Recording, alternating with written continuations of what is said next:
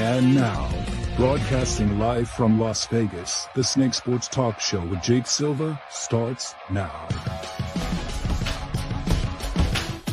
All right, here we go. We are live in the beautiful Colorado Rockies of Denver. This is the Snake Sports Talk Show, wherever and however you may be watching and listening. Thanks for making us a part of your day. Roku, iHeartRadio, wherever you get your podcasts and wherever you may be streaming us. NFL Prime Predictions Week 5. We are getting geared up for that. Super excited about it. And postseason baseball, the division series is set. And I have my top 10 MLB teams going into the division series. I wish I could have honestly have done it when the wild card, but the only difference of it is that the wild card to me feels a lot like a kind of a play-in type of tournament feel, in my opinion. That's just my opinion on it. So now that we've got the division series set, it's going to be a lot better come, where we are. But there are some teams that are humming. They are humming. And I am excited to break it down here for you guys. So, all right, let's start with this. So, what a game it was last night, wasn't it? I was absolutely pumped up, amped up.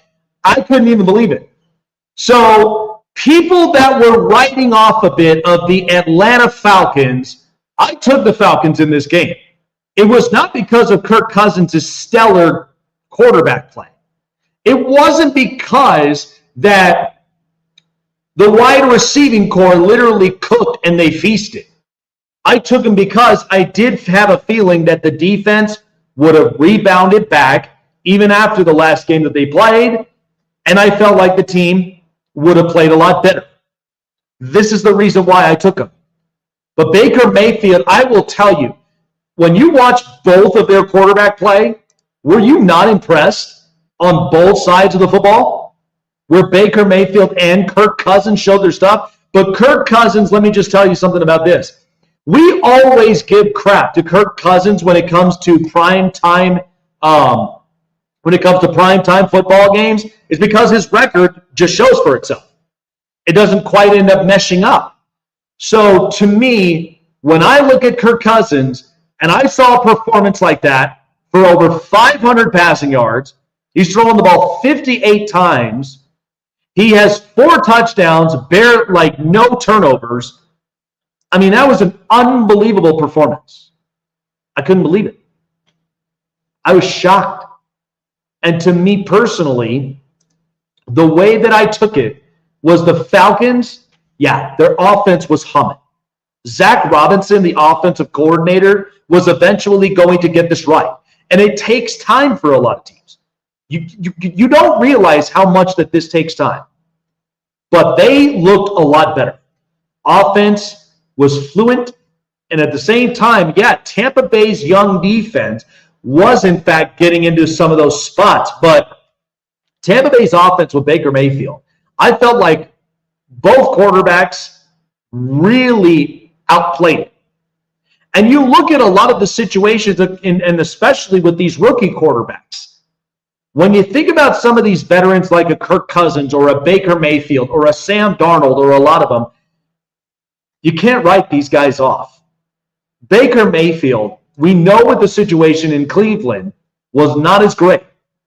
But the thing about Baker is he was, in fact, the kind of guy that eventually, when he was in a better situation and in a better structure, he was going to get this right. And same goes for Sam Darnold right now for Minnesota, because he was looking for the perfect situation as well. Geno Smith was another one, perfect situation. So when you are in the ideal situation, it's much like when I think about with job searches. When you find the right job, the right company that takes care of you, they offer you the best benefits possible that you can't even refuse. Wouldn't you want to be a part of that company long term? This is just the reason Kirk Cousins, he's in a better situation with Atlanta.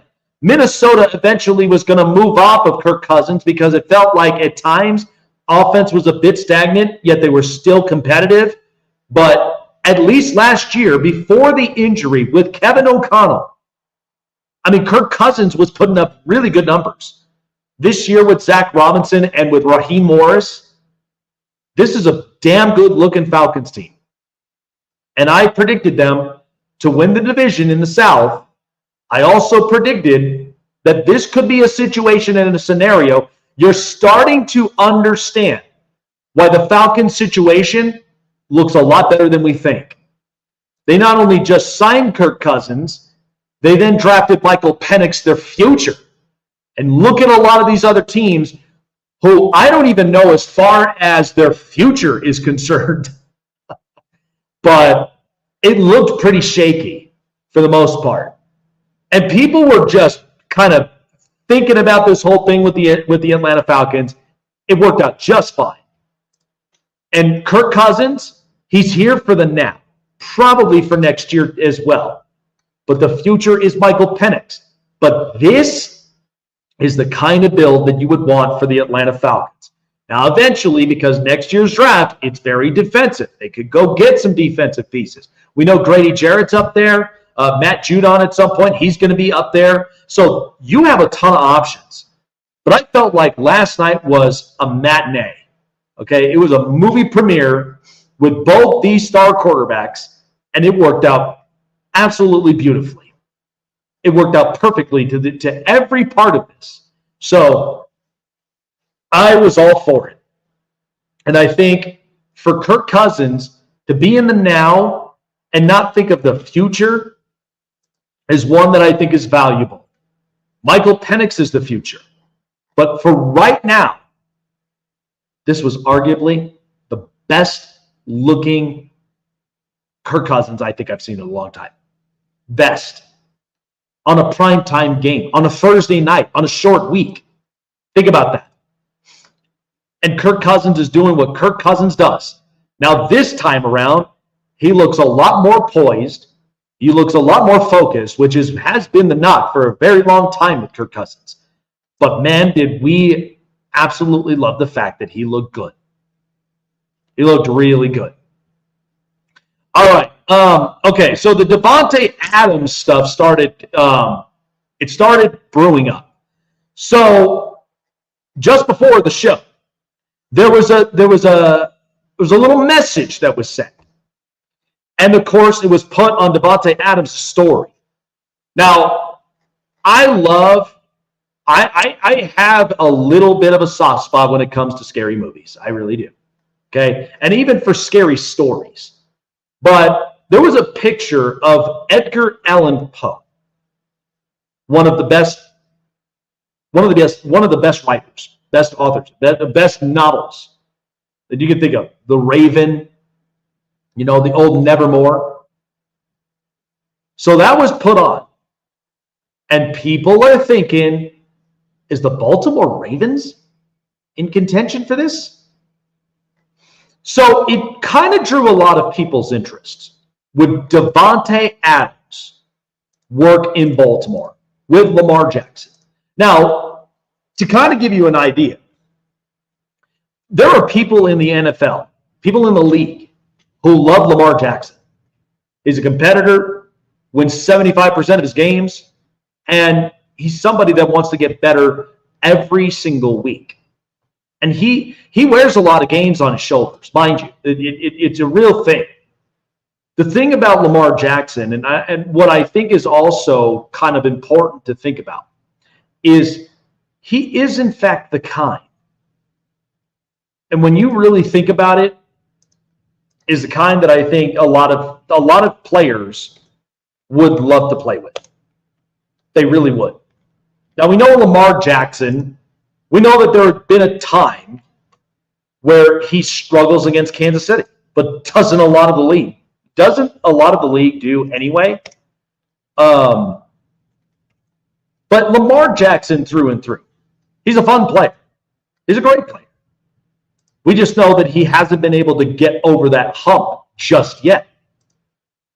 But my takeaway is that I think if you put him in Baltimore, now here's the problem though too. The Ravens only have $4 million in cap space. So that means that they're going to have to make a very good bargaining package deal to land someone like Davante Adams. And here's the other part, though, too. This would completely cut away the whole narrative that, well, the Ravens don't have a number one wide receiver. Well, that would shut all of that down because then he would have a number one receiver. He would have a rising star receiver in Zay Flowers, and he also still has Mark Andrews and Isaiah Likely. There are many tangibles to this. So, but I just feel like in some of these ways, and GMs will work their magic however that they will. I mean, do I feel like this could happen? I'm not sure. But I think with Davante Adams, I mean, putting a post about that, this is the thing. Stories get out there all the time because somebody wants it out there. They really do. And I think for many people's sake, is I think when it comes to Davante Adams, we know that he's been chirping a lot. And we know that watching receiver, he clearly was unhappy in Vegas with the Raiders. You guaranteed him Derek Carr, rode him out of town, and what do you give? You don't really give anything to Davante Adams, let alone the entirety of that whole Raiders organization. That's the difference. So the Raiders for years have always been kind of that organization that at times would find themselves in turmoil. I don't know why, but arguably, I think for when it comes to the Raiders, and I've said this before and I'll say it again, they have been the kind, they move off very quickly with a lot of players and coaches and GMs. And I think if you are the Raiders right now, I don't believe that this could be a destination I'd choose, in my opinion, because the money, it's short on them. I know that they'll probably finagle something, but I just don't know if this might work.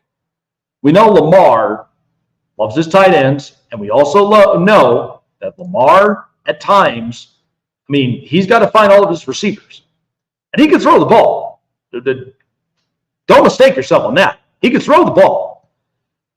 But sometimes you got to think about the fluidity of the offense. That's usually what this comes down to. And I think in this case, Lamar, I know for a fact, would have to throw the ball more often. So because you're trying to feed Davante Adams, you're trying to give him the ball.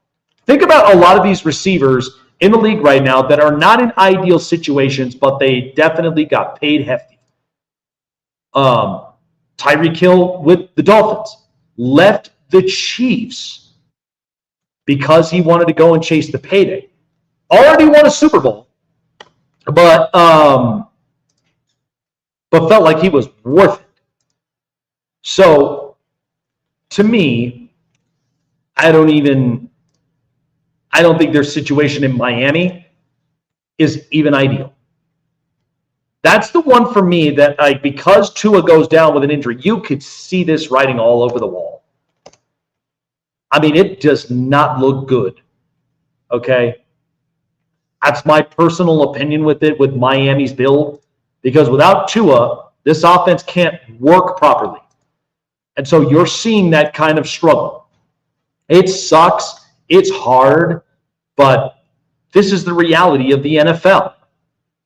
You go into a position where, I mean, you have your star quarterback, but once that quarterback is down, and yet everything else, and this is the thing too, this does happen for offensive coaches as well. Let's not take that away. I mean, offensive coaches can go through spurts like this, but the question always remains, How do you recover?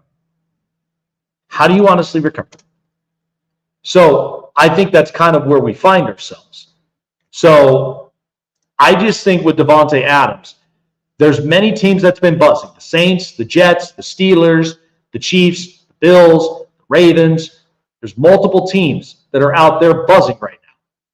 And it hasn't been guaranteed yet, which is one of those things. So I think if you really want to be honest with it, I don't know, because right now the Raiders want the best deal possible. They don't want to send Davante Adams to just any team. And certainly you don't want to send him over to the division rival Kansas City Chiefs, because then that just kind of defeats its whole purpose. You know? And now you're giving the so-called villain, the keys to a really nice vehicle. It's over reliant, and then there they go. They're on a tear. You don't want to do that.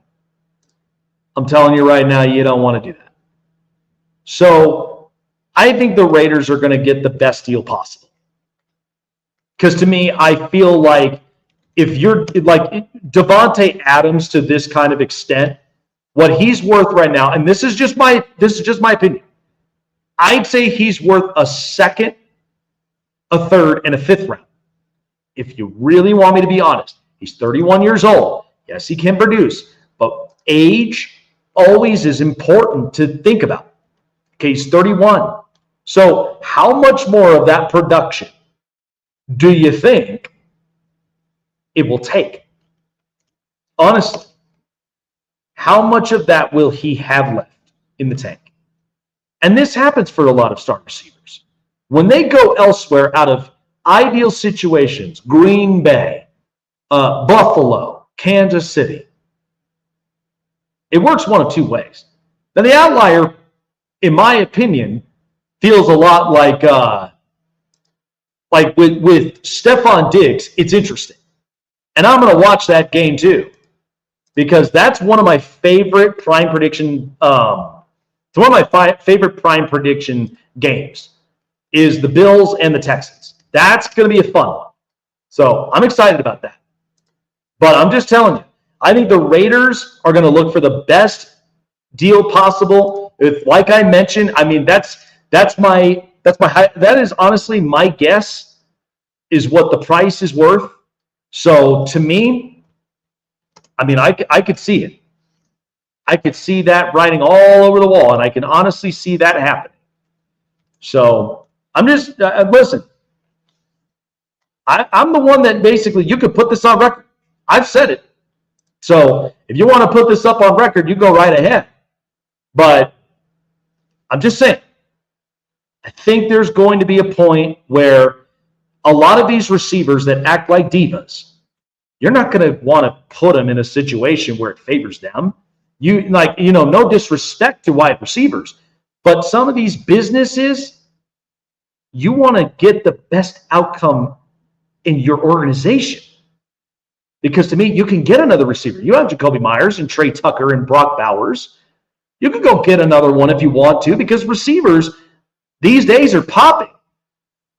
So to me, I feel like in this kind of scenario and situation, you go and get the best deal possible, and you make sure that it works. Because if it doesn't, then we'll find out. We'll find out exactly who ended up winning that deal. So, all right. Prime predictions around the corner, folks. We've been cooking. Week 4 was really good. I'm already off to a 1-0 start right now with week 5. So this right now is going to be something interesting, because I still have my dogs, but I do feel like because of the bet line, I feel like this is favorites week. There are going to be some favorites up over there I like. Now, there are stay away games that are probably not going to be in my Inferno 5 for respectable reasons. But I think there's going to be a point where you're going to watch these games, and especially a lot of these favorites. And the thing I look for the most is I'm going to be looking for a lot of those games that I'm watching quarterback play. I'm watching all this. So I'm doing a lot of my homework on it. Because I just think this is going to be a week that you're going to see the best of these teams. You are. I mean, I'm just telling you that right now. I'm laying it all on the line. There are going to be those games that are stay away games, but there's going to be some of those games too that are also going to be very exciting. So just keep in mind about it. I think it'll be fun. I think it'll be entertaining, but we are getting ourselves up on a streak. All right, folks. Well, like I said, with the NFL season already underway, and it has been on fire lately, so has BetUS. BetUS has been up and on fire with their sports books. They've been doing this kind of stuff for over 30 years. BetUS guarantees you so much of fun contests, some of the best expertises and analyses in the best sports book to get you on the edge of your game, and the most fun casino entertainment for all your entertainment purposes. And not only that, but they have the best of the best account managers to make sure your accounts are managed properly so you get the best experience this whole entire NFL season. It's what we want. It's how we're feeling. So check out BetUS for yourself. I use it. Many of my network colleagues use it. And many of my closest friends also use it. It's one of the best around. And not only that, but $50 or more in your deposit. So the more you keep depositing, and especially up to 3 deposits, you'll get 125% bonuses that go up to $2,000, which means more of the fun, more of the action, more ways to get you on the edge of your game. Gambling problem, call 1-800-GAMBLER, and also call the local numbers in your respective states, because we don't want you to gamble recklessly. We want you to gamble responsibly and have fun while using BetUS, where the game begins. Looking for a show with the best takes and opinions? Want a show with the best coverage around the world of sports? Jam-packed with an all-star interview lineup? Then the best place to find it all, sports and entertainment, is right here. Join Jake Silva on the Snake Sports Talk Show, presented by SeatGeek and BetUS. Weeknights at 8 p.m. Eastern, 5 Pacific on Sports Wave Network. Want to find your seat for the event of your choice but can't get one that fits your desire or your budget? Well, my friends, SeatGeek has you covered. SeatGeek is the official sponsor of the Snake Sports Talk Show. With a list of over hundreds of events to choose from, SeatGeek will assure you that you won't miss your seat with the amazing view of your choice at the most affordable price. Whether it's looking for your best seat in the house of your favorite sports team, finding live concerts that get you closer to your favorite artist, or enjoying your spot at your favorite live shows, comedies, and more, SeatGeek has it all just for you. Go online to SeatGeek.com or download the app on your mobile device through Google Play and the App Store. And as a special offer before checkout, use promo code SNAKESPORTS and save yourself $20 off of your purchase of your first ticket, and experience why SeatGeek is the most trusted ticketing app for your next event. Remember, that's SeatGeek.com, and download the app on your phone with promo code SNAKESPORTS for $20 off and find your seat with SeatGeek.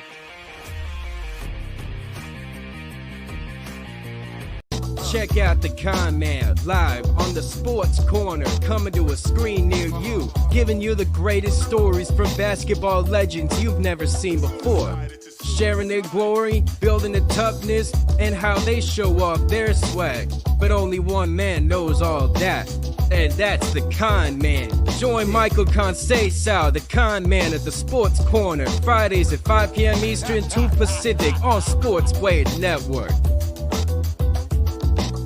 Snake Sports Talk Show is sponsored by Muscle Tech, with hundreds of supplements and vitamins to choose from, all packed with 100% all-natural proven ingredients. You can be sure that Muscle Tech will give you the edge and the boost to train and look like your fit and healthy best, whatever your goals are. Try Muscle Tech today and use promo code SNAKESPORTS to save 30% off your purchases. Oh, yeah, baby. We are getting ready for postseason baseball. NFL Prime Prediction picks around the corner. Yeah, you better bet yourself. We are all in for this here at Sports Wave Network. My good old network with all the best people that I work with on a daily basis, giving you the best entertainment. So, speaking of, this last night was very entertaining. So, I started thinking about this, and I talked about it yesterday. So, the game I have circled, that's a lot of fun to watch, and I think it's going to be a lot of fun through and through, like all four quarters, is the Buffalo Bills against the Houston Texans. My thing about this with the Texans and with the Bills is the Texans and Stephon Diggs. There's two messages being sent here, okay? And this usually always happens when it comes to divorces and breakups, okay? If you're the kind that in one of two different scenarios, you have a breakup or you have a divorce, how are those going to end? And is there added resentment or is there a mutual understanding of both? Because on one side, when I look at the Houston Texans, and they are a great team. They're a great team. I love their coach, love C.J. Stroud, their quarterback. I love everything about it with the Houston Texans, okay? And they're both 3-1 teams. The thing is that with Stephon Diggs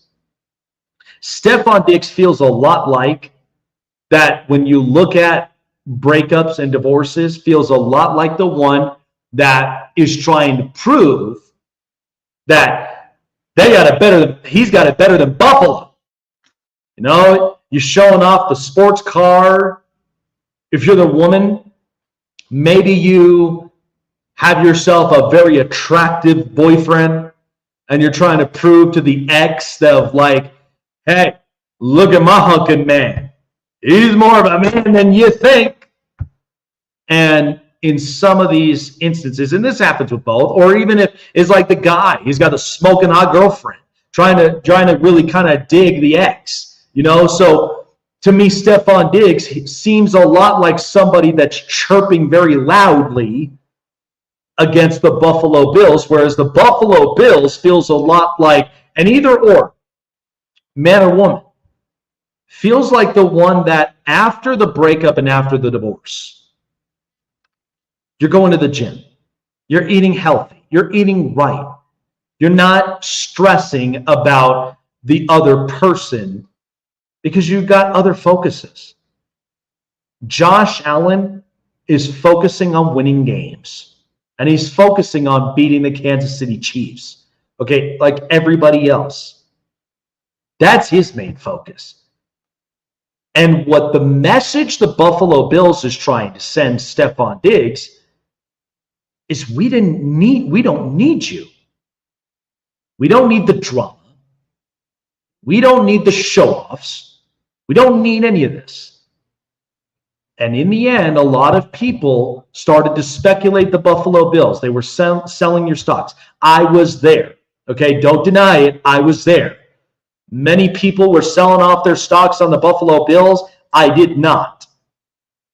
That's because I trust Josh Allen, and I trust that he will help to get the Buffalo Bills in a better situation, with or without Stephon Diggs.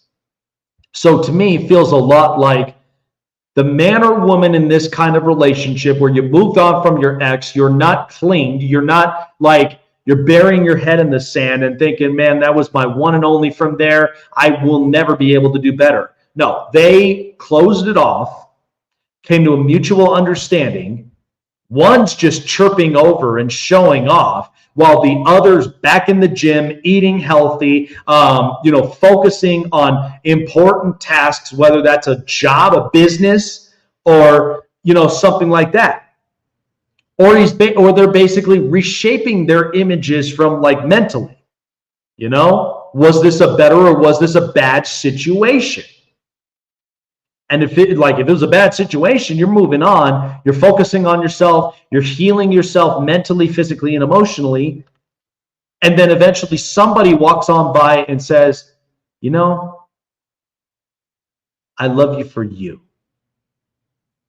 They're not looking at how much did that diamond ring cost. They're not looking at, the fancy sports car, how many horsepower, or like all that. They're not looking at oh my God, look at the physique. He's got a 12 6-pack, or my God, she's got an hourglass body. They're not looking at that. They're looking at if you've been damaged, it's okay. Put your arms around them. Make them feel loved. Make them feel wanted. Make them feel secure. And the Buffalo Bills are in a situation where they are sending that message to Stephon Diggs of, we did not need you. We're good here. Because Josh Allen, we trust him. Okay? And they got rid of a lot of old, existing, hurtful contracts. Guys that were very much injury prone. They did that. And the defense got younger. A lot of teams have been doing this. The Bucs are doing this. The Chargers got rid of a lot of other old existing contracts, but that was even up on offense. They still kept the same guys up on defense, but then there's also new added pieces that they got. 1-year prove-it contracts. So I think, to me, this is going to be an interesting game.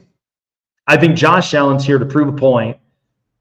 Stephon Diggs feels a lot like the one that's kind of chirping and barking and, showing off. But I just think the Buffalo Bills, and again, my prime predictions are right here around the corner. I think it's going to honestly be that kind of game. One is going to have a much more solidified and valid response than the other. That's just the way that it works. So, all right. So I figured I would show my top 10, and I have at least a special theme up on it because I love postseason baseball. I can't get enough of it. So my top 10 MLB teams, because now the wild card series is done. We're now in the division series. I have 2 losers in this, but they're not practically losers. They're more of they lost, but look at the situation they have ahead. That's the way that I've broken down, ranks 10 and 9.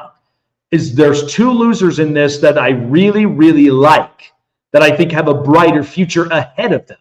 And then the rest of them is where I honestly rank the rest of them. So, all right, so let's do this. Number 10. All right, so my number 10 team here. So this is going to be interesting. So number 10, I've got the Baltimore Orioles. And the reason I put the Baltimore Orioles in this position is because I love their young roster. Gunnar Henderson, Jackson Holliday, Cedric Mullins. Now, they may end up losing maybe potentially an Anthony Santander, but they acquired Corbin Burns. They have a very good pitching staff. It was unfortunate that they lost this series against the Kansas City Royals. But I have a lot of faith in this team's build. I think they'll be fine in this area, but I do believe the Orioles will be back. They're hungry. It's a young team. They feel a lot to me like they're the baseball version of the Green Bay Packers right now, because the Packers, when they made the playoffs, were a very young team. Now, the difference was the Packers moved on, the Orioles did not. But I love their young pieces. I think they're going to build into something special. So I cannot wait for it. Number 9. Number 9 team, and I was very impressed with them, was the Milwaukee Brewers. Now, here's what I will tell you about the Brewers. The Brewers have a very bright future. I don't think many people understand and realize this. Is that the Brewers, Jackson Chourio, literally was playing like They were playing cat and mouse here. And Jurio was able to get the Brewers back into the game, tie the series up. So they've got a lot of promise and fight with them. Now, the pitching staff is very interesting. But I think the Brewers could be a very sneaky type of team come the off season. And I do believe that they will be in the best prime position to where they could come back in this one next year. I'll take them at number 9. Number 8. Here is where things get real interesting. So the number 8 team, I put the New York Mets. For respective reasons, because I do feel like the New York Mets in some of this is because they needed to get this lineup going. Pete Alonso with that 3-run bomb, man, was that exciting to watch. Francisco Lindor, one of their key pieces. He has to be a leader in that locker room. But I do like some of their lineups. And the other thing is, Kodai Senga, he's starting tomorrow. And that's going to be one that's going to be fun to watch for the Mets. And against the Phillies, against a division rival, that's one where I think the Mets, they are truthfully going to be tested in this situation. But I like with what they've done. They've showed some fight in them. I will put them at number 8. Number 7. The number 17 team here, and they are very scrappy, but I'm putting the Detroit Tigers here. I mean, how can you not love how scrappy they were? They literally swept the Houston Astros. For the first time since 2016, the Astros will not be going to the ALCS. And this was a 7-year stretch. The Tigers, and let me tell you something. I have a very good friend of mine that I would love to bring up onto the show at some point, and I wish could be a part of this roster. He's on the Detroit Tigers organization in their minor league system. The Tigers with Tariq Skubal, who had a pitcher's triple crown, was unbelievable. Since he got called back up, Spencer Torkelson has been on a tear. They got Riley Green. They got a lot of young, scrappy kids. And you know what's funny about this is that their manager, A.J. Hinch, who got payback against his former organization, boy, was he something else as a manager. I love with what the Tigers have done. I think this will be interesting. And I was talking about this a while back with a fellow Tigers insider. I'm impressed. I think this team's got a lot of fight in them. I'll put them there up at 7, but I am sitting back and watching the show here with them. Number 6. The number 6 team that I think has also been scrappy and has also been in a different kind of world of their own is the Kansas City Royals. But I love Bobby Witt Jr. By the way, Salvador Perez now has been a part of 2 postseason teams. The team that got to the World Series lost, but the team that then won the World Series the year after, and now he's a part of a very young team that I think is also another one that's scrappy. Now, against the New York Yankees, that's not an easy matchup to go against. You're going to be going against one of the top dollar organizations that Aaron Judge and Giancarlo Stanton and multiple others, while the Yankees have home field advantage in the American League. That's not easy. But the Kansas City Royals are, in fact, a pretty scrappy team. They'll make things very interesting. I like with what they've done thus far, and they've been riding this momentum train for quite a while. I'll put them there at 6. Number 5. And the number 5 team here, and I put him here respectfully, is the Philadelphia Phillies because, let's be honest here, the last month and a half, those bats got cold. And that kind of worries me. So I think for the Philadelphia Phillies, they got to get this lineup going. They haven't been able to hit well now for the last couple series, and especially when you had an NL East race for the postseason between the Mets, the Braves, and the Phillies. Phillies were cold. And then it had the other 2 teams having to play catch-up. So the Phillies have the New York Mets, and the Mets are going to try to do something that I don't know has ever been done. But against a division rival matchup, this is the first time we are seeing this, by the way. Very first time. So I think in an atmosphere in the division series, it's going to be an interesting one, but I think I'm going to like watching it. I'll put them there at 5. Number 4. Number 4 team that I really have loved what they've done with their roster build is the San Diego Padres. Now, Joe Musgrove is in fact out of the division series with an injury, But however, Manny Machado, Fernando Tatis Jr., Luis Ariz, and Jackson Merrill, the rookie, this Padres team is looking pretty scrappy themselves too. But I think it'll be interesting to watch them against the Dodgers, who we know are the top, they're the best team right now in baseball.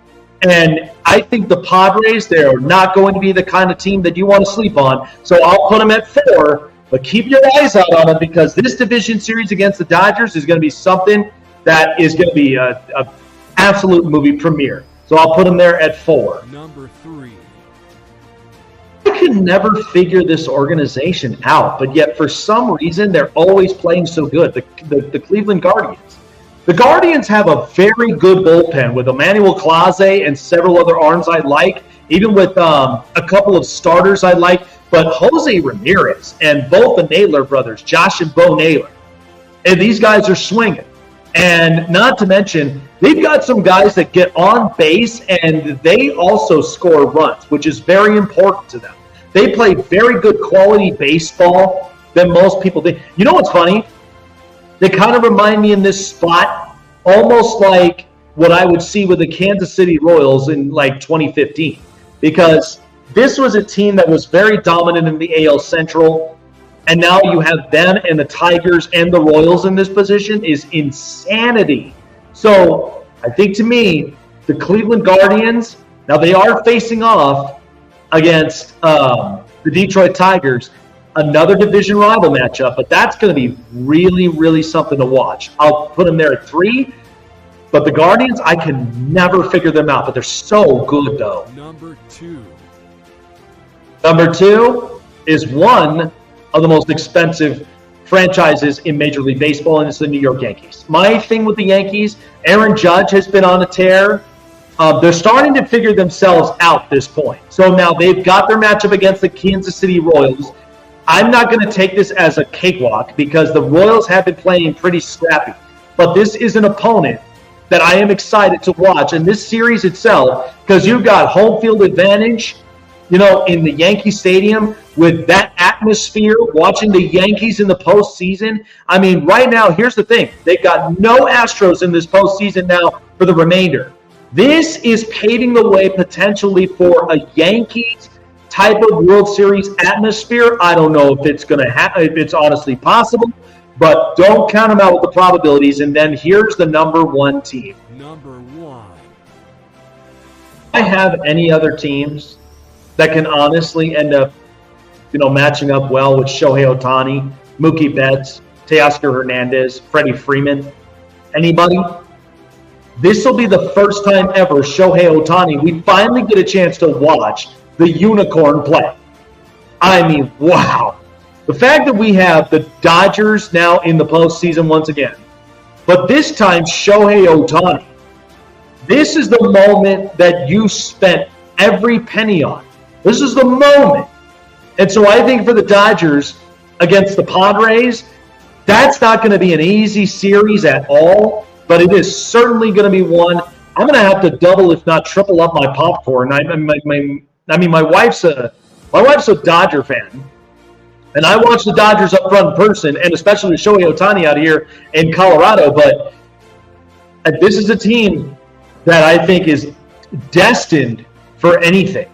So keep your eyes out on Shohei Ohtani. But this is it. This is my top 10 from here.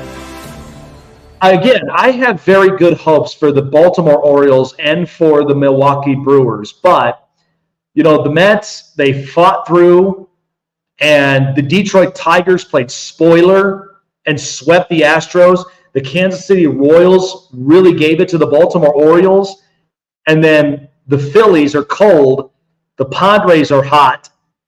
The Guardians I can never figure out. And then you've got the Yankees Dodgers. So this postseason's going to be fun. But I'm going to put this music up real quick because I do love this kind of music. But the postseason is here, folks. Mets against the Phillies. Tigers against the Guardians.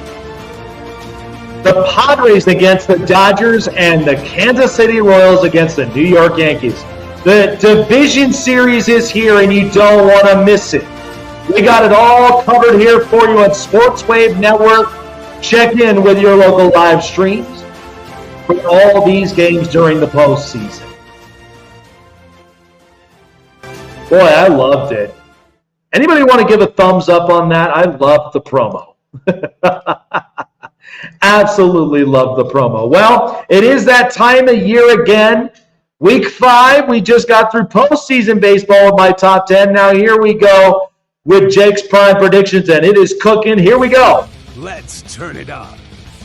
It's Jake's Prime Predictions.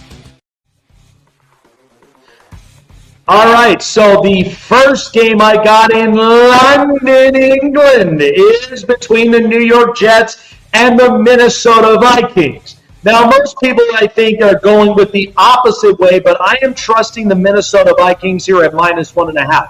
Listen, this team is for real. Now, we know that this is an interesting week for them because they're going overseas into London at a different time at 9:30 a.m. or at 8:30 a.m. Okay, so that's going to be a little bit difficult. But, however, the Minnesota Vikings, I love their offense. With Sam Darnold, yet again another performance with 3 touchdowns or more and barely turning the ball over. This is without Justin Jefferson as a receiver. He worked this with Jordan Addison and multiple others. So Sam Darnold looks like the real deal. Now, the problem I have with the New York Jets, this offense feels so tacky. I don't like it.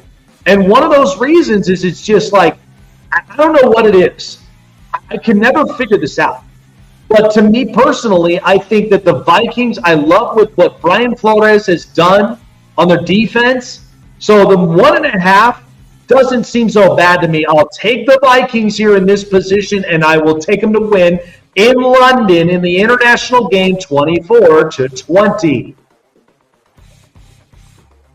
Now, not a lot of people are sold on the Chicago Bears, but I think in this particular matchup at home with Andy Dalton and the Carolina Panthers coming into town, I love the Chicago Bears' defense because here's the difference. The Carolina Panthers, we know we had Bryce Young that was out there at quarterback, and the Raiders failed to do the one thing that they should have, and that was apply pressure to Andy Dalton. They could not do that. So I believe that the Chicago Bears, with as good as this defense is, now, Caleb Williams and company had a serious talk with Shane Waldron. That news headliner was out there. They said they are tired of backyard football. They could not do exactly this kind of scheme. They got to stick to the script.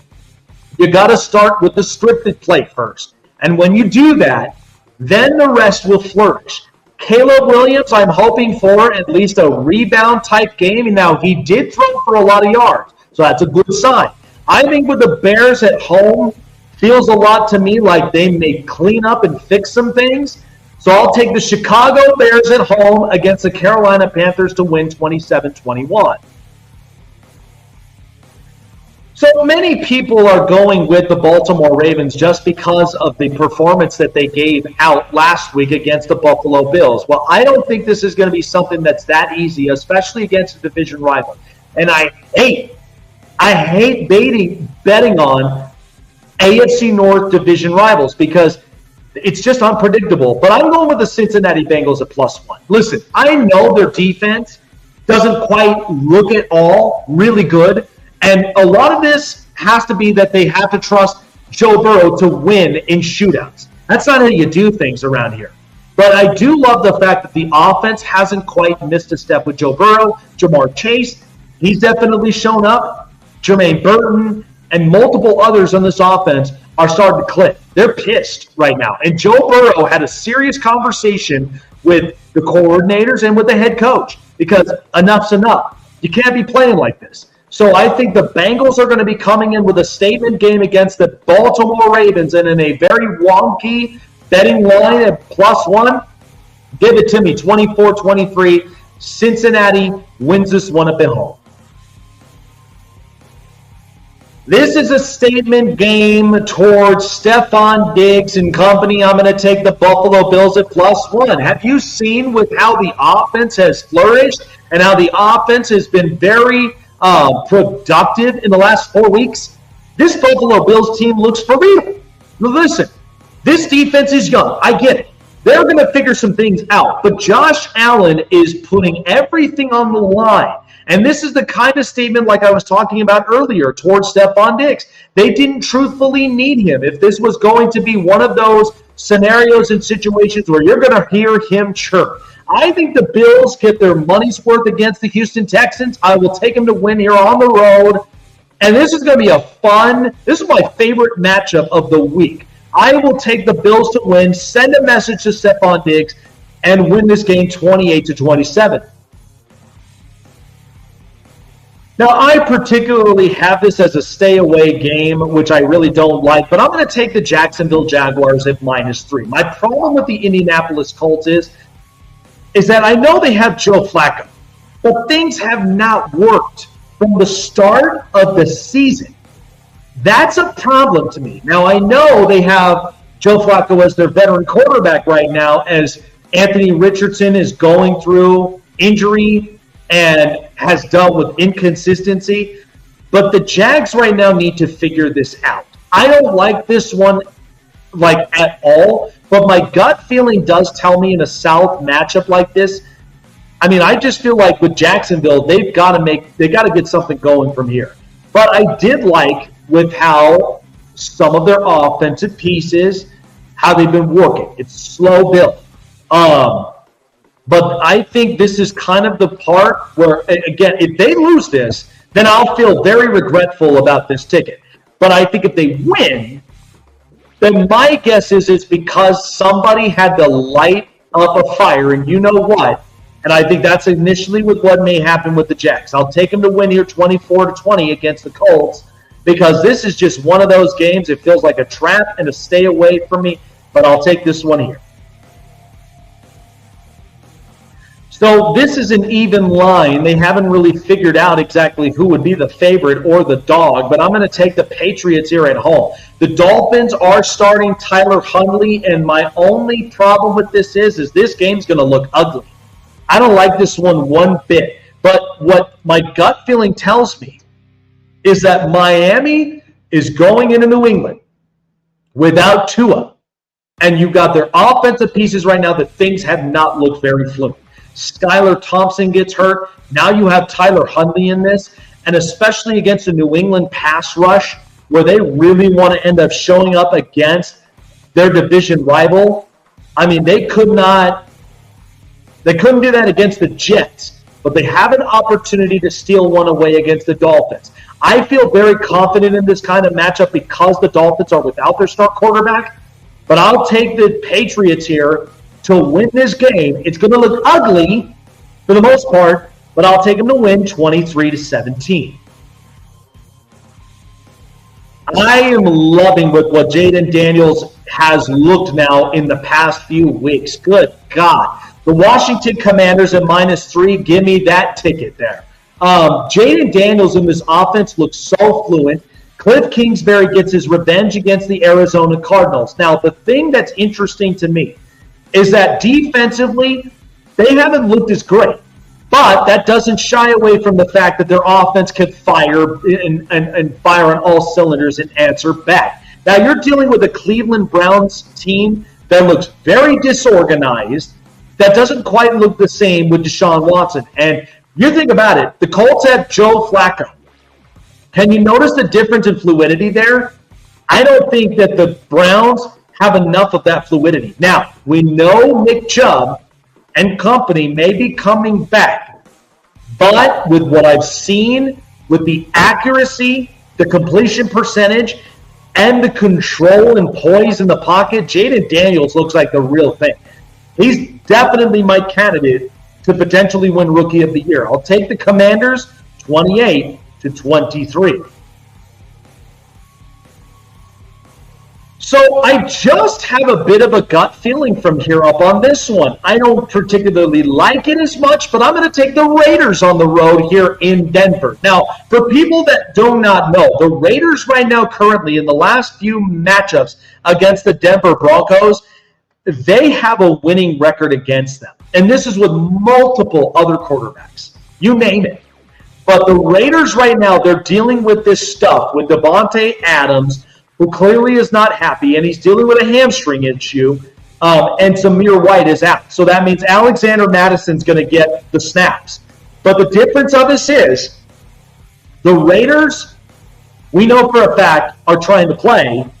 They're trying to play tough, trying to play tough football. Both these teams are 2-2, with the Chargers on a bye week at 2-2.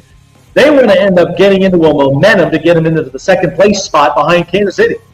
So this is a perfect opportunity for both these teams. But I feel like the Raiders, with all this stuff going on, they're going to play with some heat. They're going to get fired up. And I feel like with Max Crosby and company, they're going to make something happen. I will take the Raiders here on the road because Bo Nix won a game with 60 yards passing. Okay? There is some of those things that they've got to cook. And I like Sean Payton, and I like with what the development is on that defense. I feel like this could be a low-scoring game, but I'm going to be reasonable. I'll take the Raiders +3, 24-21. I didn't like this bet line at all when going into this because it feels to me like there's nothing there for the Cardinals, no life, nothing for them to play out at 7.5. These games have just been atrocious. I'm taking the Cardinals +7.5. These games have worked out for me. Okay, and these are the ones that you know are going to cover because at least I have the half a point. So that saves me a little bit more up on this one. Now, against the 49ers, with Brock Purdy, I love his football IQ. I really, really do. But they're working with Jawan Jennings. Supposedly, Deebo Samuel and George Kittle and company should be coming back a bit of this one. But they're without, yet again, Christian McCaffrey, who's still working up on that injury. And I think the 49ers, defensively for the Niners, has been kind of meh. Something does not seem to be working right up on here. That's why I don't like that 7.5, is because you're telling me with what I've seen right now in the past few weeks with the San Francisco 49ers, I'll still take them to win. I just don't like the bet line at 7.5. That just feels like it's just too killer. It's too rich. So I'll take the Niners to win still. But I love the points on the Cardinals at 7.5. I will take them to cover with the Niners to win 27-23. All right, so Jordan Love is healthy, and boy, did I love that matchup against the Minnesota Vikings. They'll both be seeing each other again later on in the year. But I'll take the Packers at -3 on the road against the Rams. My deal with the Green Bay Packers is that the Packers right now, they've had a multitude of things that did not go right, but that doesn't stop them from putting points on the board. Now, defensively, there were some of those miscues. I think they're going to try to fix that up against this Rams team that's just been dismantled with injuries right now. But the Rams are a kind of team that, moving forward, Matt Stafford's going to do whatever it takes to make this team cook. Now, I think, honestly, when it comes to the Packers, they've got good enough defensive assets where they could be in some of these games, and they'll fight.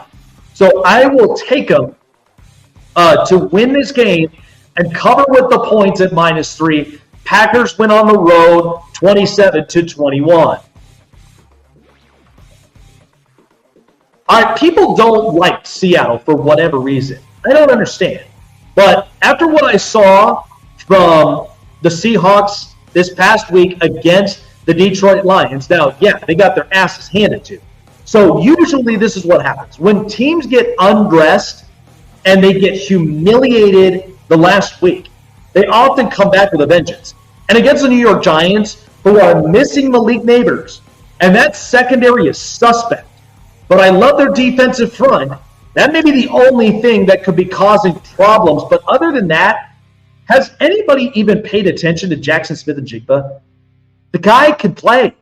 And at the same time, he's solidifying himself as a number 2. I know DK Metcalf is going to do all this other ridiculous stuff, but Geno Smith is smart enough. He's going to distribute the football any way that he can, get that run game of Kenneth Walker running. And I think the Seahawks, they're going to rebound back. They're comfortable at home, so that's another plus. So I think the Seahawks are going to be comfortable here with that 7-point favorite. I'll take them to beat the Giants here. At home, 27-17. The good old classic Sunday night football game between the Dallas Cowboys and the Pittsburgh Steelers.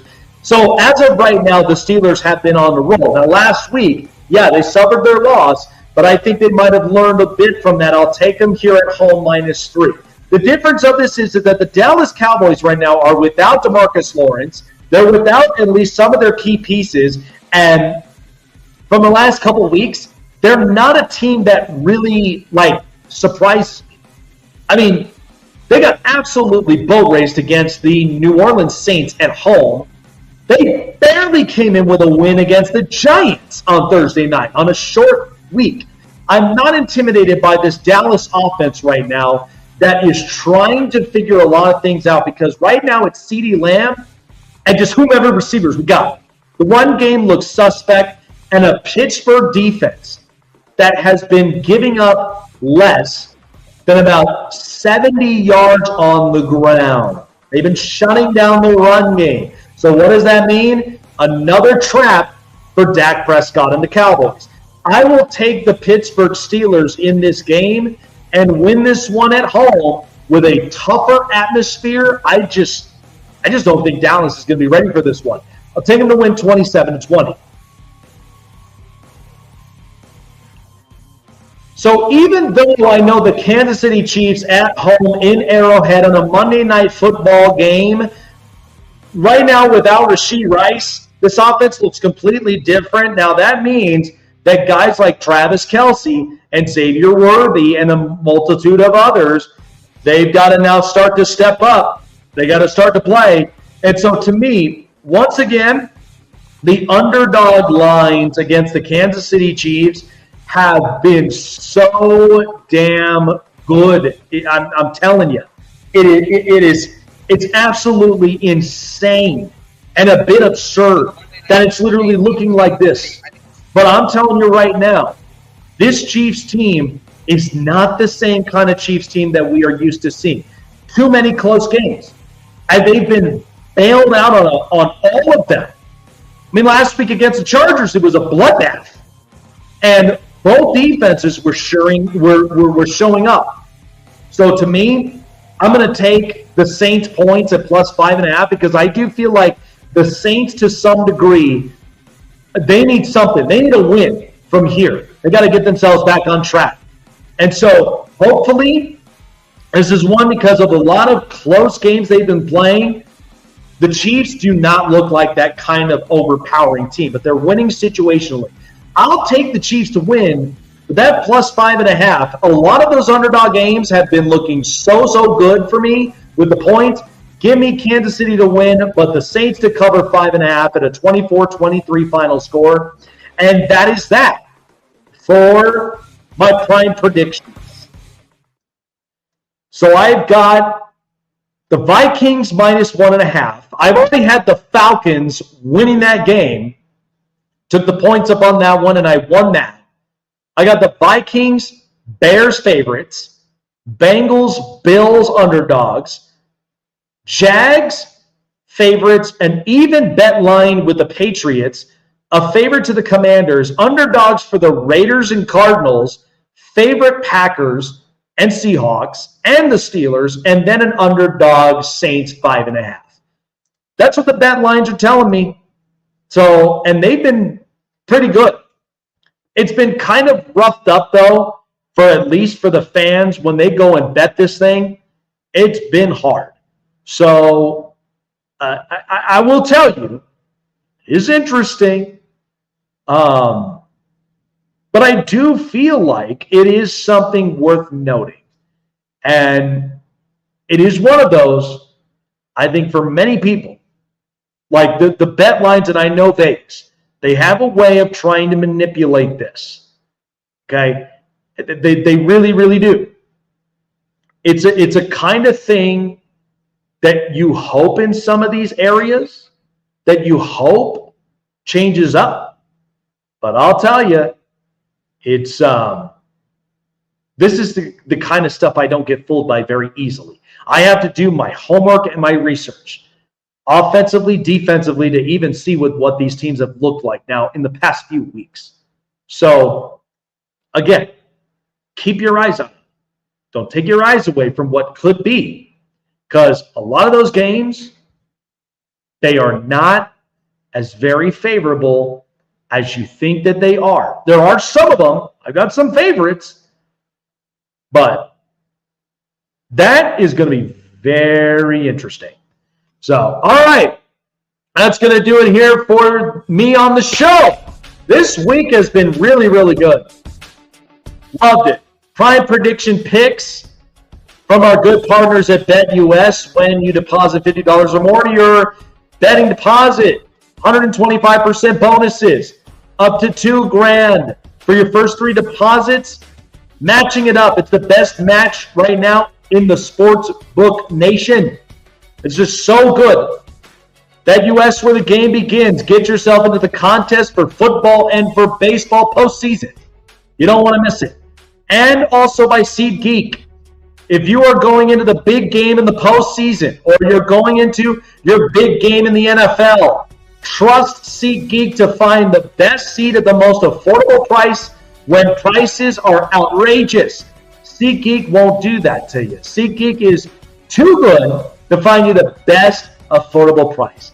And all just so you get the best experience, whether it is going to the big game, or it's going to your favorite artists at your favorite concert venue, or you're going to your favorite show or comedies, whatever it is. SeatGeek has you covered in all of that by using promo code SNAKESPORTS for $20 off of your purchase of your first ticket.